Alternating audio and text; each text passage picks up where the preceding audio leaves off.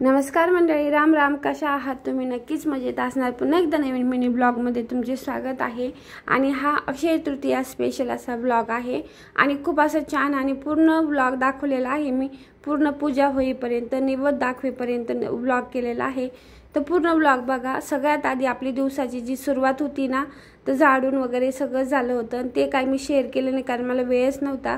आणि किचन वगैरे सगळं एकदम स्वच्छ पुसून घेतलं आणि किचनची ही पूजा केली कारण आज खूप असा छान मुहूर्त होता अक्षय तृतीयाचा. आणि म्हटलं चल आपल्या अन्नपूर्णा मातेला प्रसन्न करूया आणि छान असं किचनची पूजा केली. तर बघा छान असं मस्त स्वस्तिक वगैरे काढलं आणि शेगडीवरती पण स्वस्तिक काढलं आणि ह्या पद्धतीने हळदी कुंकू वाहून आपलं मस्त छान अशी पूजा केली आहे. फुलं वगैरे तेव्हा नव्हती माझ्याकडं, बाहेर गुलाबाला होती पण माझ्या लक्षात राहिली नाही, त्यामुळं फुलं वगैरे काही आणली नाही. मी अशी साधी सिंपल जसं मला सुचलं तसं मी केलं आहे. तर ह्या पद्धतीने आपली ही पूजा केली आहे. तेच मी तुम्हाला ब्लॉगमध्ये सांगत आहे की मी कशी पूजा केली, काय केली आहे. आणि आजचा ब्लॉग खूप असा स्पेशल होणार आहे. तर पूर्ण बघा आणि सपोर्ट करा. तुमच्या सपोर्टची खूप सारी गरज आहे मला, कारण तुम्ही जर सपोर्ट केला तरच चांगलं आपले ब्लॉग पुढे चालू शकतात. खूप सारे प्रयत्न करत आहे, छान असे ब्लॉग बनवण्याचा मी प्रयत्न करत आहे. तर नक्कीच सपोर्ट करा आणि ब्लॉग कंटिन्यू पूर्ण बघत जा, शेअर पण करत जा आणि लाईक पण करत जा. व्हिडिओ आवडला असेल तर नक्की लाईक करत जा. आणि खूप असे चांगले प्रयत्न करत आहे, छान छान ब्लॉग बनवण्याचा पण मी प्रयत्न करत आहे. तर चला आपल्या आता ब्लॉगला आणि स्वयंपाकाला सुरुवात करूया.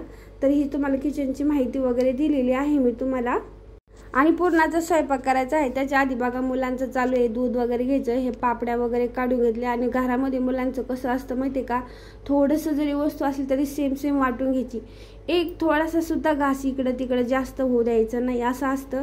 आणि आमच्या घरात पण तसंच आहे, सगळ्यांच्या घरात सेम सेम असतं. तुमचं आमचं सेम असतं, कुठंच काही वेगळं नसतं. मुलं म्हटले का असंच असतं, थोडासुद्धा इकडं नको, दीदीला जादा नको, मला जादा नको. आणि एवढे पापडं, कांदा भाजायला ठेवला, डाळ शिजायला ठेवली आणि इकडं दीदीला अंघोळ राहिली तिची वेळी, तिच्यासाठी पाणी. आणि हा मसाला काढला, धनं, खोबरं आणि हिरव्या मिरच्या आणि लसूण आहे ना तो मिक्सरमध्ये काढून ठेवला मी.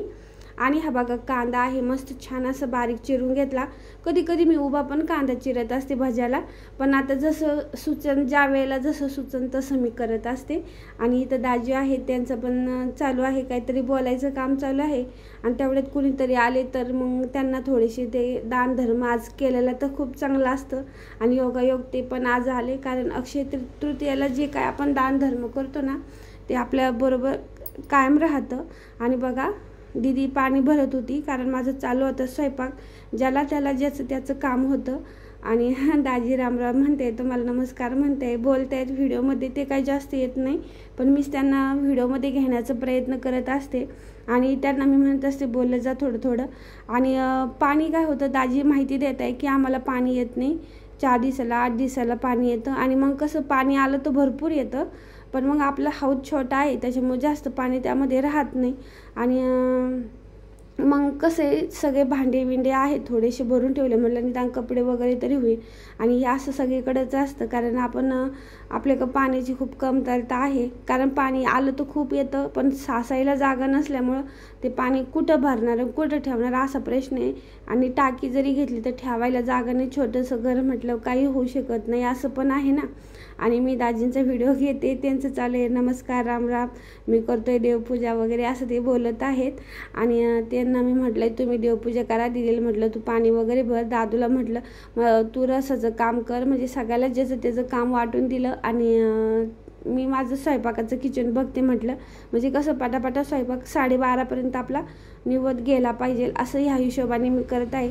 आता डाळीच्या शिट्या वगैरे होत आहे, कांदा पण भाजत आहे, आता सगळं सामान वगैरे चिरून झाले.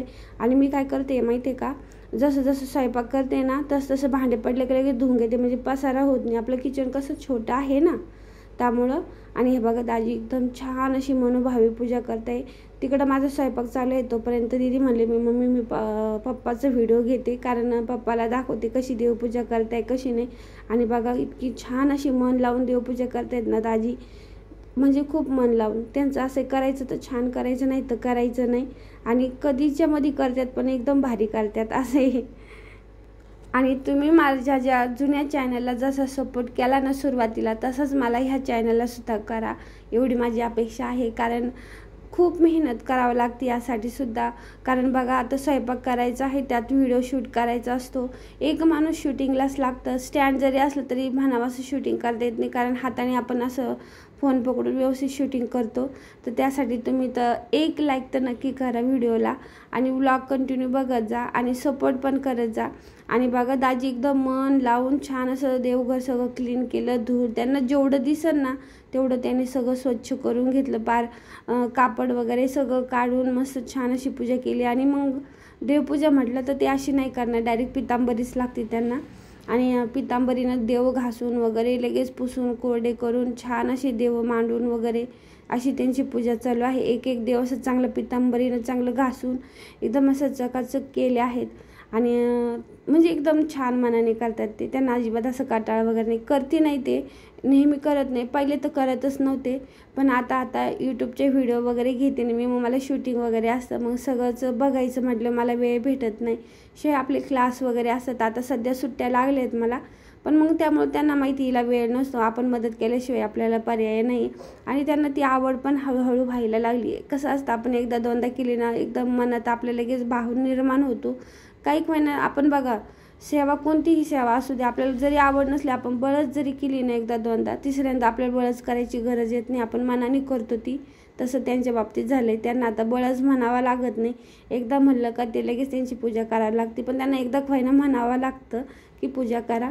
आणि अष्टगंध वगैरे सगळं लावलं त्यांनी, हळदी कुंकू पण लावलं. मी तरी एवढं बारीक माझे जे नाही होत, पण त्याने एकदम मस्त छान अशी पूजा केली. शिवाय छान अशी मस्त आरती पण म्हणले.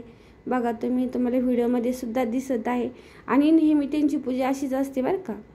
पूजा म्हणजे एकदम अशी ह्या पद्धतीनेच घासून घुसून देव आंघोळ वगैरे घालून मस्त पितांबरीनं मगच ते करणार. सगळं जिथल्या तिथंच ठेवणार, व्यवस्थित करणार. आणि आरतीसुद्धा इतकं छान मस्त छान घेतात ना. आणि ह्या ज्या माळा आहेत ना बघा, ते आम्ही त्या दिवशी आणलेल्या होत्या. आणि ह्या माळा लावल्यामुळं काय होतं, इतके छान दिसत ना देव का बास. असं फुलं असले नसले तरी असं काही वाटत नाही. कधी आपल्याकडं फुलं असतात, कधी आपल्याकडं नसतात. आता आमची आहे गुलाब आहे बरं का, त्या गुलाबाला रोज येतात फुल, पण कधी कधी मुलं आणून देतात, कधी देत नाही. घाई गडबडीत कधी ध्यानात पण राहत नाही. आणि तरी दाजीने फुलं वाहिलेली बघा, गुलाबाच्या पाकळ्या आहे ना थोड्या थोड्या करून वाहिलेल्या आहेत तिथं. आणि मस्त छान धूप लावून मस्त हे बघा, आपला हा जो भीमसेन कापूर आहे ना, हा घरात जाळलेला चांगला असतो, तर त्याने आरती घेत आहे. आणि इकडे दादूला त्याचं काम दिलेलं होतं, रस करायचं, आंबे सोलून आंब्याचं ते काढून घ्यायचं, तर तो तसंच चालू आहे त्याचंवालं. आणि कसं आंबे कापूनच घेतले, कारण आंबे आतून खराब होता ना. आता माझा मसाला पण भाजून झाला आहे, गूळ पण बारीक ठेसून झाला. आणि हा गूळ जो आहे ना इतका निबर होता का बस. आणि बघा येळवून एकदम थोडंसं निघलं. आणि एवढी सारी डाळ काढली मी. ह्या डाळीमुळे म्हटलं काय होईल आपल्याला, कशी आमटी एकदम छान होईल. जेवढी डाळ जास्त असते तेवढी आमटी चांगली होती. आणि आता हा सगळा मसाला मिक्सरमधून काढून घेतला मी. डाळ काढली, काळा मसाला काढला आणि पुरण इथं परतायला ठेवलं आहे. गूळ निबर असल्यामुळं पुरण मला परतायला खूप वेळ लागला, तरी थोडंसं गूळ राहिलं. म्हटलं जाऊ दे आता असंच गूळ घेऊया आपण आणि असंच मस्त छान असं पुरण करूया. तर गरम आधी मी म्हणत होते भांडे घासून घे, पण नंतर म्हटलं नाही, गरम गरम पुरण बारीक करून घेतलं का काम आपलं पटकन इझी होतं आणि मग नंतर भांडे वगैरे घासून घेता येईल. तर मग माझं तेच चालू आहे. आधी म्हटलं चला पटापटा पुरण बारीक करून. आणि हे जे आहे ना स्मॅशर, याने अजिबात चटके वगैरे काही बसत नाही बघा. मस्त पुरण एकदम बारीक करून भांडे वगैरे घासून किचन लगेच पुसून वगैरे घेतलं मी. आणि आता आमटी टाकायची तयारी चालू आहे. आणि ज्याच्यामध्ये मी पुरण परतलं ना त्याच्यातच मी का आमटी करत आहे. आणि आमटी बघा इतकी भारी करत आहे. मस्त तेल टाकलं, काळा मसाला आपला जो मिक्सरमधून काढला होता टाकला आणि चांगला परतून घेते. आणि ह्या पद्धतीने करा, नक्की छान होईल. आणि आमटी इतकी छान होती का बास. तुमच्या दाजींना तर खूप आमटी आवडते. आणि मग मी हिरव्या मिरच्या असल्यामुळे थोडासाच मसाला टाकला, घरचा काळा मसाला तर तो टाकला, हळद टाकली, थोडीशी लाल मिरची टाकली. आणि ही जी डाळ होती ना आपली ती बारीक केलेली ती टाकली. हे जे चाळण होती पुरण दळलेलं ती सुद्धा धुवून घेतली, की यामुळे काय होतं आमटी मस्त गोड तिखट लागते. आणि कोणाला जर आवडत असली तर नक्की करा. आणि येळवून एकदम थोडंसंच होतं, ते पण टाकून दिलं तरी आमटी इतकी छान झाली का बस. आणि आता तुम्हाला अशी दिसत आहे, पण नंतर बघा तुम्ही जसजशी आमटी आपण तिला हे करतो ना, गरम केली ना तर तिला अशी छान अशी तरी येते. आणि खायला खूप अशी मस्त लागते आणि बघूनच तोंडाला पाणी सुटत आहे, माझ्या पण सुटते इतकं छान बघून. आणि पोट भरतं पण मन भरत नाही असं होत असतं. आणि आता म्हटलं चला भजीचं पीठ काढून घेऊया, त्यासाठी भजीचं पीठ घेतलं, त्यात ओवा टाकला, जिरे टाकले आणि ही लाल मिरचीच टाकली मी, हिरवी मिरची नाही केली कारण घाई खूप होती. थोडा खायचा सोडा टाकला, मीठ टाकला आणि म्हटलं आधी पापडं वगैरे करते, जेव्हा मला भजी करायची तेव्हा मी काढून घेईन. बघा आमटी काय छान दिसती का नाही, बघा तोंडालाच पाणी सुटलं असणार, इतकी छान आणि इतका वास, सुंदर असा वास तिचा येत होता का बस. आता तेल तापलंय, मग म्हटलं चला आता तेल तर तापलेलं आपलं. आणि मग काय केलं, ह्या ज्या कुरड्या मी घरीच बनवून घेतलेल्या होत्या, म्हणजे तुम्हाला मी मागच्या सांगितलेल्या ब्लॉगमध्ये भरपूर. आणि बघा किती टब माशा फुगतात ना. आणि मग ह्या म्हणलं आता कुरड्या वगैरे, मुलांनी तर कुरड्या एवढ्या काढल्या का विचारूच नका. आता माझं तिकडं तळायचं काम चालू होतं, तोपर्यंत दाजींचं काम चालू होतं तिकडं पूजा मांडायचं काम. कारण आज आता आपल्या सासूबाईंना त्या ह्या वर्षी आपल्यामध्ये नाही आहे, म्हणजे 1 वर्ष झालं आहे त्यांना, हे दुसरं वर्ष, पहिली त्यांची अक्षय तृतीया आहे की ते आमच्यामध्ये नाही आहे. आणि मग हे जे आहे ना चंदन आहे ते काय म्हणतात त्याला, अष्टगंध, ते वरून खाली आले, त्याच्यावर 5 दिशेनं रेषा मारल्या. आपली ही केळी आणली आणि धुवून घेतली आम्ही, फुलं वगैरे आणली, मग दाजीने फुलं वगैरे लावले. आणि त्यांना म्हटलं तुम्ही पूजा करा, इकडे माझं तिकडे चालेल स्वयंपाक. म्हणजे ज्याला त्याला ज्याचं त्याचं काम दिलं करायला, म्हणजे जे ते ज्याचं काम करून घेते. खरबूज आणलं आणि आम्हाला काही जास्त माहिती नाही आहे ह्या पूजेची, तर तुम्हाला जर माहिती असेल तर नक्की आम्हाला कमेंट करून सांगा. आणि काही राहिलं असेल तर ते सुद्धा सांगा, पुढच्या वेळेस नक्की करू, थोडंसं सजेशन करा, कारण आम्ही पण एवढं माहिती नाही. आम्ही त्याला आईला, काही माझ्या जावाला फोन वगैरे लावलं आणि त्यांना विचारलं, माहिती त्यांच्याकडनं घेतली का कसं करायचं काय करायचं आम्हाला तुम्ही सांगा. मग त्यांना विचारून ह्या अशा पद्धतीने मी ही पूजा मांडली आहे. आता दादी आणि दादूने पाया पडले, तोपर्यंत माझं कुरड्या पापड तळून झाले. आणि म्हटलं चला आता भजी काढूया. आणि भजी इतके छान आणि इतके खमंग झाले होते का बस, घाई केलेली कोणती गोष्ट आहे ना खूप भारी होते बघा.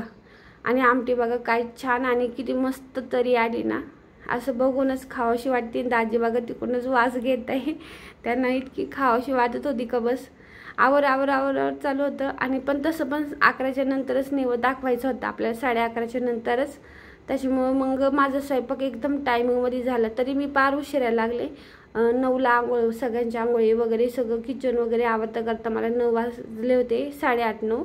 आणि मग तिथून पुढे मी स्वयंपाक केला. आणि बघा इथं दादू खेळतोय, तर मुलांचं असं चालू असतं खेळ. बघा अष्टगंधाशी खेळतोय, त्याला लावला असं त्याने. आणि बघा मस्त रस केला दादूने, म्हणजे करून दिला मी, मिक्सरमधून काढलं, साखर टाकली, फ्रीजमध्ये गार व्हायला ठेवून दिला.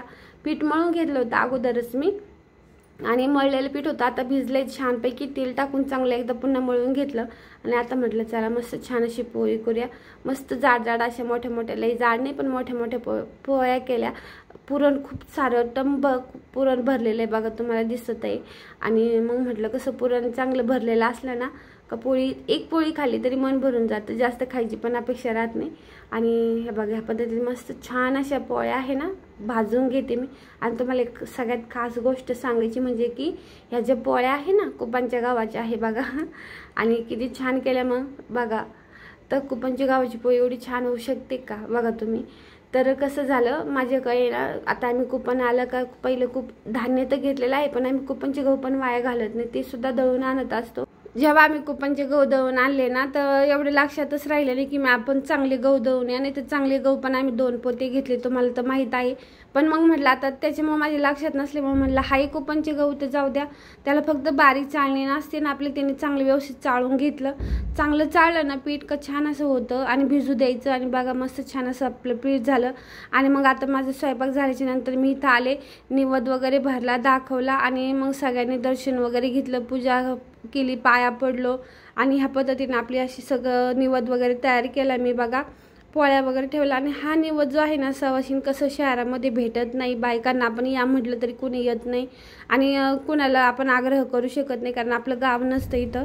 तर मग मस्त छान अशा पोळ्या वगैरे भरल्या. म्हटलं चला हे ताट आहे आपलं असंच गाईला देऊया, गाईच्या पोटामध्ये 36 कोटी देव असतात.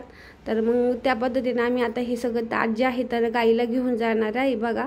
आणि हे बघा इथं आले आहे, आमच्या शेजारी कॉलनीमध्ये गाय आहे, त्या गाईला छान असं मस्त निवद घेऊन आले. आणि कसं आहे जे पुरणपोळी वगैरे असे ती गाईला आम्ही जास्त दिली, बाकीचं ते रस वगैरे नाही जास्त दिलं. आणि ह्या बघा ह्या पद्धतीने दाजी इथं निवद घेऊन आलेत. आणि ही जी गाय आहेत ना, तर आता हिला बघा त्यांना म्हटलं पाणी वगैरे घेऊन जा, पायावर पाणी टाका अगोदर आणि हळदी कुंकू लावा गाईला आणि घास जो आहे जो निवद आहे तो खायला द्या. आणि खाल्ला पण तिने तर त्याच्यात मुक्या जीवाला दिलेलं तर कितीकच छान मला असं वाटतंय. कोणाला जास्त आग्रह केल्यापेक्षा आपलं जे आहे ना ते सगळ्यात बेस्ट. आणि ह्यांच्यासारखं गाईसारखं तर पवित्र काहीच नाही आहे. जर कोणी नाही भेटलं त्याला आपण काही करू शकत नाही. आणि बघा तिथं दाजी म्हणत होते आधी पण खूप सारे निवद आलेले होते, कारण आजकाल कोणी जात नाही कोणाची तर जेवायला. आणि ही गाय होती मग तिचं पिल्लू होतं तिकडं त्याला पण दिलं.